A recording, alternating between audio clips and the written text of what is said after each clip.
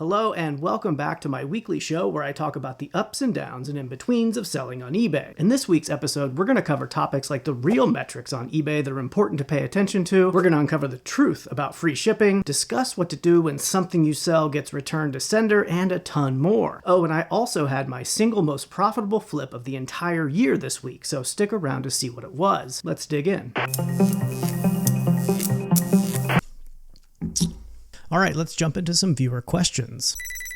Hey Justin, really love your videos. I can't believe the stuff I've learned from you. I just got a question. I had a sale that was delivered fine, but it showed up to my door and it says it's unclaimed. And I don't know what to do with it. It says it's delivered to the address, but there's a sticker that says it's unclaimed. It was returned to sender. And I haven't got a message from the buyer or anything. And I even received the positive feedback on it. So I was just kind of confused on that one. Any help appreciated, and I love your videos. You're amazing. Cool. Thanks, Talon. Appreciate you sending along the question. By the way, if you want to send a video or audio question like that, there's a link in the description below. So click that link and you can send me a question. That is a weird situation. The weirdest part about it is that you got positive feedback. Why would someone leave positive feedback when they haven't even received the item? So that's really strange, but this does happen from time to time. Sometimes you sell something, send it out, and it gets returned back to you because it can't be delivered for whatever reason. And when you do that, you should basically just consider the sale canceled. You have the item back in your possession. You can relist it and resell it. Just go ahead and refund the buyer's money. You can reach out to the buyer and see what's going on. Typically, they don't respond in that situation. Something's going on in their life that means they're not receiving the packages that they order, so they're typically not going to respond unless it's just some mistake. If they do respond, you'll be able to send it back out to the correct address, but even then, you're going to be missing out on additional shipping charges. And so your best bet is to probably just cancel it, refund the money, and relist it. Unless you want to try to work out some way for that person to pay you for the additional shipping costs, which is just not easy to do. Definitely a weird situation, but at the end of the day, you have the item back in your possession. Assuming you didn't sell this for free shipping, you could also retain the shipping costs and not return that back to the buyer so that you're not out that money that you sent to send it to the person. So you can just refund the money minus the shipping costs in that scenario. All right, let's jump into my sales for the week. I'm going to be answering other viewer questions sprinkled throughout these top 10 sales. If you have any questions for me, leave them in the comment section below. And if you want to jump around to specific questions, check the description for time codes. All right, looks like I had a pretty big week here. $1,700 in gross sales and $1,017 in net sales. That's a $44.73 average gross per sale and a $26.76 average net per sale. My net profit margin on the week was 60%. So all of my listings this week, there were 30, came from garage sales. I spent $115 on new inventory this week, and the cost of goods for everything that sold was $158. $235 went to marketplace fees and almost $300 on shipping labels this week. I had 39 sales. So 30 new listings, 39 sales. My average time to list was less than a day, which just means I'm keeping stuff out of my death pile. And my average time to sell was 6 months, and I had a return on investment of 644% over the last 7 days.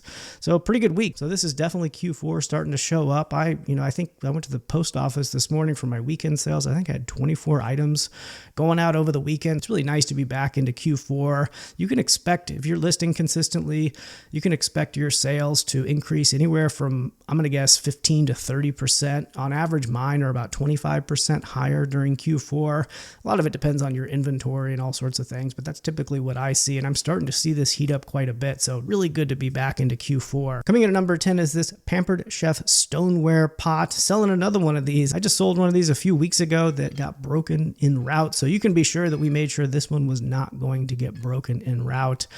Double boxed it, did all sorts of things just to make sure it's going to get there on time. This thing sold for $44.98. I got it at a garage sale for $5. Only took 24 hours to sell. That's pretty quick. $19.51 was the net return for the 10th best flip of the week. Hopefully you won't see me making a video in the future about this one getting broken. Coming in at number 9 are these Nike Flyby 2 men's basketball shoes. These are size 14, so they're very big. I paid up a little bit at a garage sale, $15, but they were brand new, didn't have the box. Sold them for $51.99. It took 6 days to sell, and I got $20.64 for the 9th best flip of the week.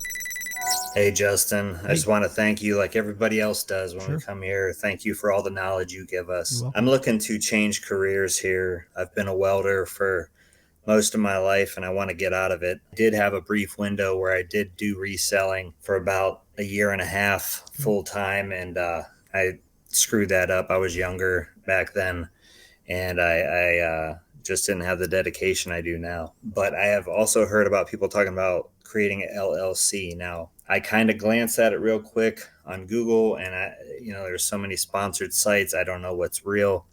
So I was wondering if you could point me or even just other people that are interested in creating an LLC in the right direction. Also, another question is, if I'm going to move to a full-time reselling career, what's the healthcare like now? Because back when I did it before was long ago, but all there was Cobra, and Cobra was extremely expensive. And I was wondering if healthcare has become more affordable for people who employ themselves.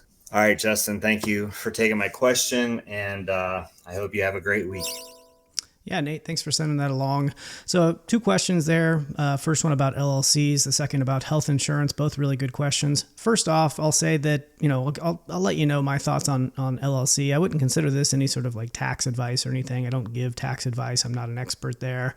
But when it comes to registering as an LLC, it is something you can do, but it's usually not something that is absolutely necessary. I did register for an LLC for my business, for my reselling business, but truthfully, it doesn't really offer me a whole lot. I guess there probably is some protection if something were to happen with my business when I were to get sued or something. I'm not really expecting that to happen. That's not why I created it in the first place.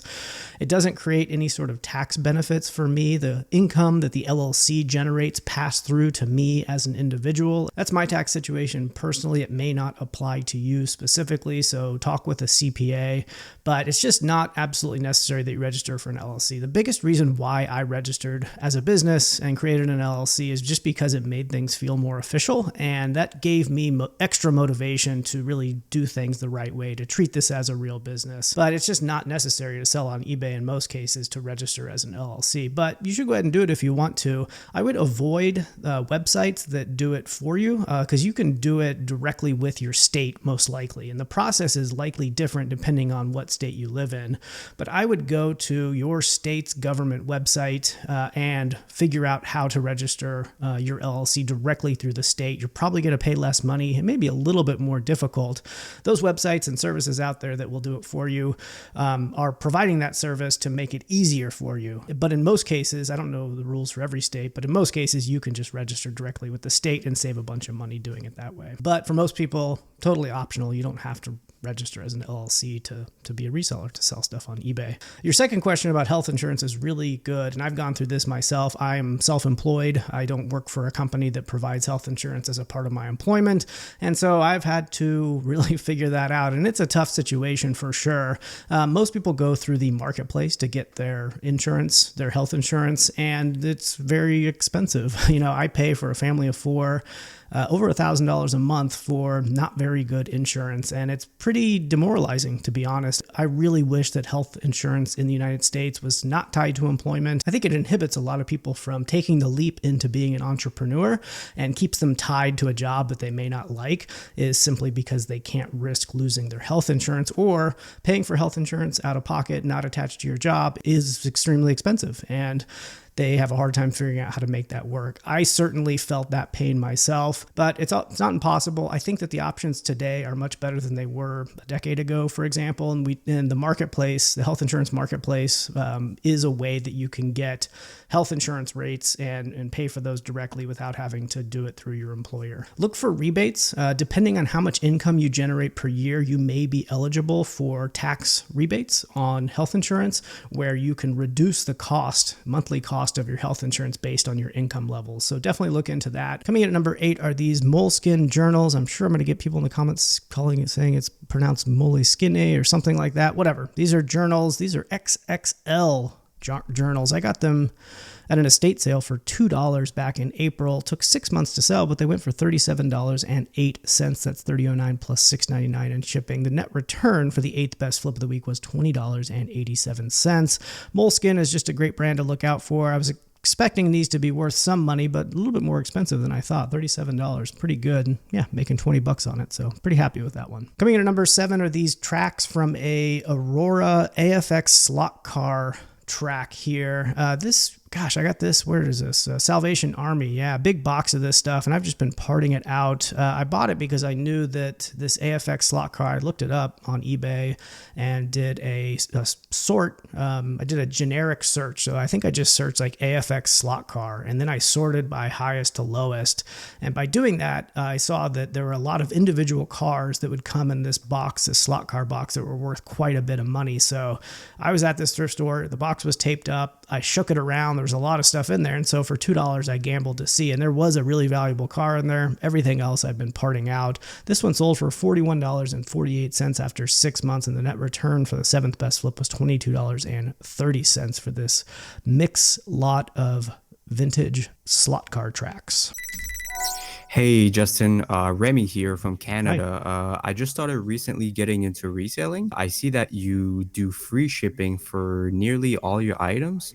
And actually, I was wondering, since I'm from Canada and most of my buyers, I assume, are not going to be from Canada, should I do free shipping as well? Because odds are that the shipping is going to be pretty expensive. And so I might lose on some profit if I do free shipping. Yeah, so thanks for answering my question. Love your videos. Peace out.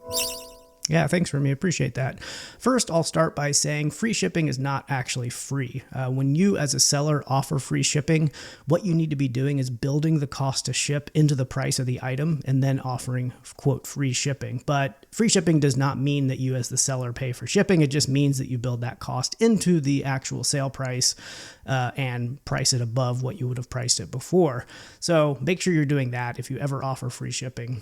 Historically, I do offer free shipping on a lot of my items, though I am experimenting by not offering free shipping and changing that strategy up. And these days, a majority of the items that I list don't have free shipping, actually. And that's just really me out there testing and seeing what works and what makes the most sense. I would encourage you to do the same thing. Never be too rigid in your strategies. Be open to changing them.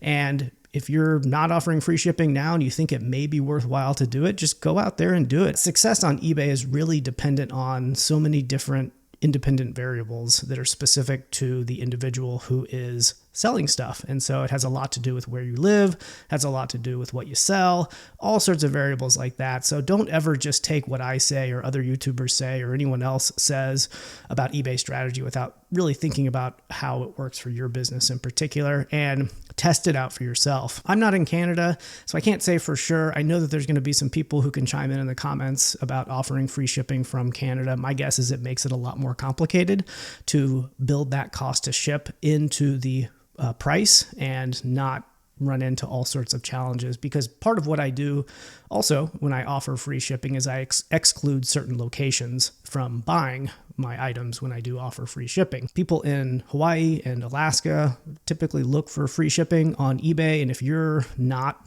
pricing your shipping costs correctly into the total price of the item, you're going to end up losing a lot of money by sending items to places like Alaska and Hawaii while offering free shipping. So I just sort of exclude those locations when I do offer free shipping. You know, like I said, get in there, test it out, see what you think. Free shipping is definitely not the best choice for everyone. There are certain items where it makes a lot of sense for me to offer free shipping, and I do offer it in that situation. Usually that's when I know very easily what the maximum cost to ship will be for an item. So things like clothing works really well because I know a t-shirt is going to weigh a certain amount and I know how much the maximum I would pay to ship would be. And so I like to make my listings more attractive by offering free shipping and building that cost to ship into the total price instead of separating it out. Again, at the end of the day, it's a marketing tactic. If you're doing it right, you're not actually paying the cost to ship. The buyer is still paying the cost to ship, but you're just building that cost into the total cost of the item instead of breaking it out as a separate shipping cost. So hope that makes sense. Hope that's helpful. Bruce P. Squirrel Official asks, "Hi Justin, I just scored a small lot of high-end dress shirts, new with tags in its original packaging. Should I photograph them as is in their packaging as opposed to pulling them out and photographing the details?" Hey Bruce, that's a good question. It kind of just depends. Typically, I like to keep things in the packaging. I think they look more fresh, but it can sometimes be hard to see what the shirt actually looks like. And so if it's not a common shirt, like if this was like a blue Oxford, polo dress shirt or whatever, where people pretty much know what that's going to look like, it may be better to just keep it in the packaging. But if it's something with some sort of design that's difficult to see while it's still in the packaging, you may benefit from taking it out of the packaging to take the photos. Typically what I'll do in that situation when I do want to take it out of the packaging is I'll take it out of the packaging, I'll snap photos of it, and then I'll put it back into a clear poly bag. Because again, I think clothing just looks a lot better in a clear poly bag. I even put used clothing in a clear poly bag before I send it out to the buyer. I think when a buyer is going to receive a package and it has a shirt in it, if it's just a loose shirt, maybe not everyone is going to dislike that. But I think some people are just like, wow, that's weird, just sending me this loose shirt. I prefer to put it in a clear poly bag. It just looks more professional. I know when I receive clothing and it's in a clear poly bag, I feel like my experience starts off on the right foot. Take it out of the packaging, snap photos of it, and then put it back into a clear poly bag and snap some photos of it in the clear poly bag as well. So that's what I do. Coming in at number 6 is this vintage 1984 Superpowers carrying case. So this is a DC Comics thing. I've had it for a long time. I got it in an estate sale for $2 and it took over a year to sell. It sold for $40 though, free shipping. The net return on this was $24.56. I don't remember anything about this. I don't remember the estate sale. I don't know. That's why it's good to keep good records, because I would never remember the details of this one. So pretty happy with it. All right. Coming in at number 5 is this Mizuno professional model baseball glove. This one I got just recently, right? I got it on September 28th. So just this past week, and it sold in one day for $41.98 for the 5th best flip of the week. This one was really good. Baseball gloves I pick up most of the time, especially if they're priced well. This one was $3. Yeah, $3. But it looked brand new to me. It looked like it never been used. There weren't tags or anything on it, but you can just see, there was nothing, no markings, just looked brand new for this vintage glove. So sold very quick, $41.98. My net return for the 5th best flip was $26.19. Real Estate LLC asks, "Hi Justin, thank you for all your videos. I appreciate how much time they must take." You're welcome. My wife and I have a goal of being on the road in an RV for months at a time. I have more inventory in my workshop that I can take with me, not to mention all of the shipping supplies. My question is, what would be a way to take my current inventory offline without closing my store and having to relist everything from scratch when we're back home, preferably having the ability to list and ship a smaller inventory while we're on the road? What would Justin do? That's a good question. I think this has come up a couple times on the channel. I don't know if I've addressed my strategy for that directly, but there's not a really great way to handle what you're doing. If you're going to end your listings, eBay, I think they only retain ended listings for up to 60 days before they delete them. So if you're gone longer than 60 days, you may come back and notice that all your listings are gone and you have to relist them from scratch. So that's unfortunate. There are probably services out there that will save local copies of your eBay listings so that you can end them and then you can relist them, from that service later. I don't know of any services specifically, so I don't have any to recommend, but it may be an option to search around for some services that do retain the total contents of your listing so that you can do that, but those are going to come at a cost. A free way that you could do this is to use vacation mode. Vacation mode on eBay allows you to set your store as away for up to 30 days while not allowing sales. And that means nobody can buy your items during that time period. But the downside is that you can only do 30 days. So what you would have to do is set a reminder on your calendar like every 29 days to turn off vacation mode and then immediately turn it back on for another 30 days. I think that's the most straightforward way to do what you're trying to do, and it won't cost you any money other than the relist fees that happen through eBay. So if eBay will continue to automatically relist depending on your store size. If you're paying for a store, you may not have to pay any insertion fees for those, but you will have to continue paying for that store even when you're away. Or if you don't have an eBay store, you may have to pay insertion fees every time those things relist. There's probably not a 100% free way to do it, but the vacation mode option, to me, that's probably what I would do in this situation if I were you. So give that a shot. Samantha Samantha asks, hey Justin, does it look bad with potential sellers when I only have a little over 200 solds but over 700 listings? Wonder if it looks like I have undesirable items. Fairly new seller, thanks. Hey Samantha, no, I don't think it matters. Buyers are not looking at that information at all. And I guess maybe some buyers are, but most are not. And I mean, most buyers just have no idea, how eBay works and whether or not having 700 listed and 200 sold is good or bad. Nobody cares. I wouldn't worry about it at all. All right, coming in at number 4 is these Mrs. Meyer's Clean Day Orange Clove candles. Candles, gosh, I have sold like 3 or 4 candles this week alone, but this I picked up at a garage sale. There were 20 of these candles, and I bought them for 50 cents each, and I have lotted them up into sets of 2. This person bought 2 sets of 2, so they bought 4 candles for $50.98. The net return for the 5th best flip of the week was $32.60. Looks like I've sold a handful of other ones in the past that didn't make a top 10, but I've already netted $61.62 off this purchase, so pretty good. Pretty good little buy, these candles. Coming in at number 3 is this NYX digital photo frame. I know NYX is a good brand. I think Wirecutter had it on their list of best digital frames. This one is an older one, so it wasn't a new one, but it was brand new. It was at Savers is where I got this. Only $8, which was a surprising price for Savers. Typically, they would price something like this up a lot more, especially because it was new, but I snatched it up at $8. $54.98 was the sale price. My net return was $33.60 for the 3rd best flip of the week. Hey, Justin. Hi. I've been reselling for a little bit, and I know you prefer kind of the garage sale and thrift store scene. It's kind of where you can find really good deals. I've also noticed that Walmart, like clearance aisles, tend to have like toys and things very cheap, and I was wondering your opinion on that, or if that's really worth my time in the reselling business. Yeah, Josh, whether it's worth your time specifically is probably something you need to answer directly, but I will say that there are tons of deals to be had, at retail locations like that. The practice you're talking about of buying at places like Walmart and turning around and reselling it elsewhere is called retail arbitrage.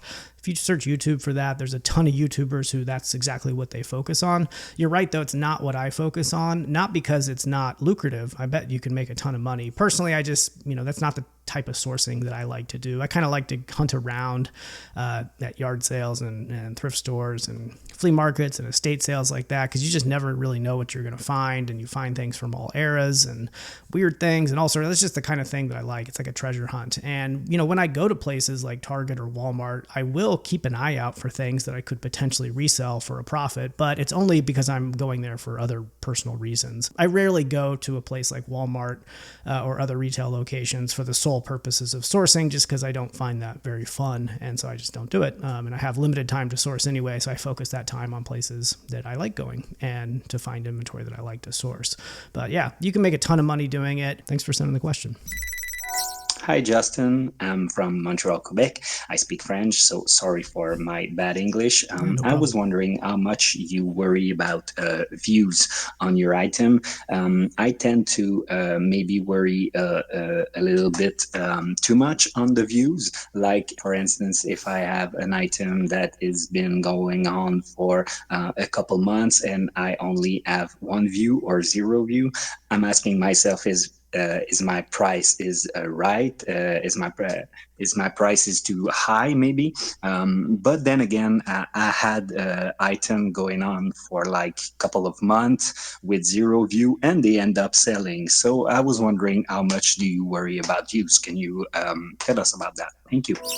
Yeah, sure, Bardo. Your English is really good, actually, so I wouldn't worry about that. Way better than my French, that's for sure. And yeah, you ask a great question of like, how much do views and watchers matter, and how do you think about that, and how do you use that information and apply it to your sort of eBay strategies? And you're right. Sometimes you get items that have tons of watchers, tons of views, but sit around and never sell. Or sometimes you sell things that have 0 watchers and maybe 1 or 2 views. And that's really why I think watchers and views are a misleading metric. The number of views or watchers an item has doesn't always correlate with its how fast it's going to sell, for example, or its demand necessarily. There's really only one metric that is truly important when it comes to selling on eBay and how fast it'll take or how long it'll take for something to sell. And that is the sell-through rate. And you can find out the sell-through rate by looking at the total number of active listings that are in competition with you. So the other sellers that are selling the exact same item as you. And then you can compare that with the number that have sold, the number of the exact same items that have sold over the last 90 days. Comparing those numbers will give you the sell-through rate. It doesn't matter if your item has 1 million views. If the sell-through rate is terrible, then it's going to take a long time to sell. Often you will have a very high sell-through rate item and list it and sell it very quickly before it has a chance to rack up many views. So views and watchers just really aren't a good indicator of the demand that an item has. It's not something you should completely ignore because it can be helpful to see. And I think you're kind of getting at that when you're explaining how you use it today, where if your item has a ton of watchers and a ton of views, but hasn't sold for some amount of time, that's a good indicator to be like, I wonder what's going on there. Let me do some research. And what you should be researching is seeing, are other items just like mine selling? And if that's the case, like, why is mine not selling? Then you want to think about like, okay, am I pricing this wrong? Is there some errors in my listing? Why are buyers choosing other listings and not mine? And sometimes the views and watcher count can be an indicator that others are selling and yours is not. And so that's what I would check. Use it for that information. But ultimately, views and watchers just are not an important metric. I would not read too much into it. I would not obsess over views and watches. On a macro level, it can be good to look at your page views, for example, or your click-through rates and things like that, because that could be an indicator of some larger issue with your store or trends shifting in your niche or things like that. But at an individual item by item basis, don't worry about the views and watchers that much. Pay more attention to the sell-through rate. Use that sell-through rate to set your expectations on how long it will take to sell accordingly, and go with that. Coming in at number 2 is this vintage Wilson's black leather motorcycle jacket. Really good find. I got this summer, I think, right? Yeah, 5 months ago. I guess at the start of the garage sale season, I picked this one up for $20, which seems like a lot, but this is a vintage leather jacket. Definitely worth more than $20. But I was really excited to see that the comps were high, and this sold in 5 months for $134.98 for the second best flip of the week.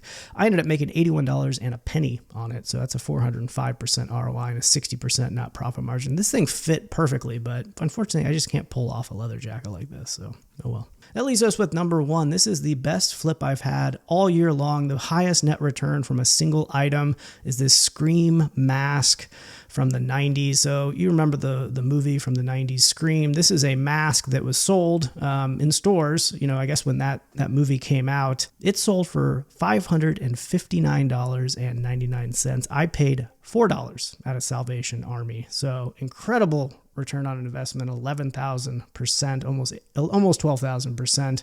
My net return was $469.86, which is just crazy for a thrift store find. I knew in the back of my head, I knew that these Scream masks can be good, but other than that, I knew nothing about it. So I was at this thrift store, I saw it there.